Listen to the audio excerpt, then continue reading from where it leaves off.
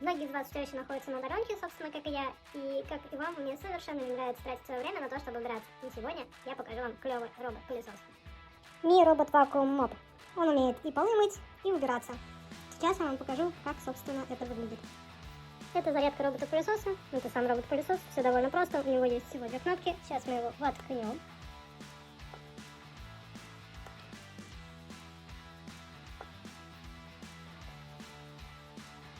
И момент истины. Пошел убираться. Ой, это приятный момент.